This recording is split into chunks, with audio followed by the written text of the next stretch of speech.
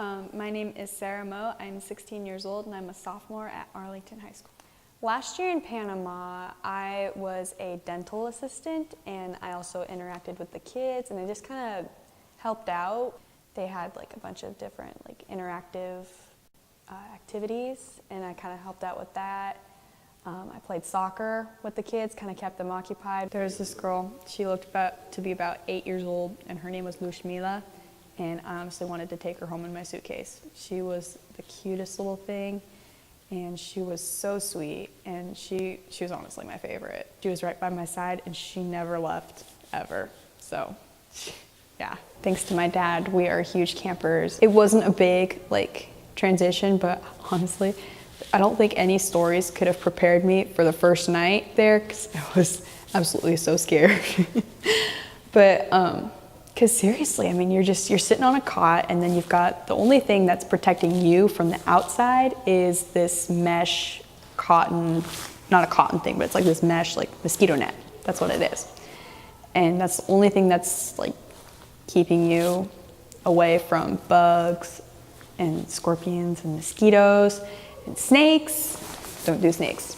But like that is basically the only thing that was keeping you from the outside. It was such a neat experience. It was kind of a realization, as a teenager to go there and then just like you were doing something outside of yourself. And I think a lot of teenagers, they need to experience something like that, go and do something not for yourself, but for someone else and you have no benefit for. It was such an eye-opener because, up here it was, you're very it's all about me, my nails and just all that.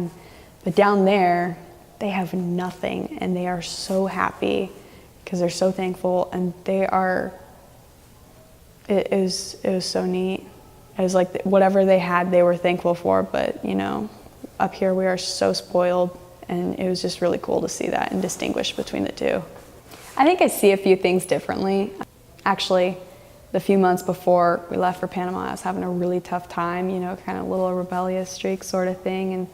But then after going, that was kind of like the big snap, the big last step that kind of put me back on my track. Probably the coolest part of it all is that I got to go with my dad. We got to share that together and it made our bond stronger. It was a great experience, so do it again, yeah. I'd say, if you're on if you're thinking about it, but then you're kind of like, nah, I have my doubts, no, just go. Just go. You will not be sorry. Seriously. Even if you don't want to go, if I had it my way, everyone would go.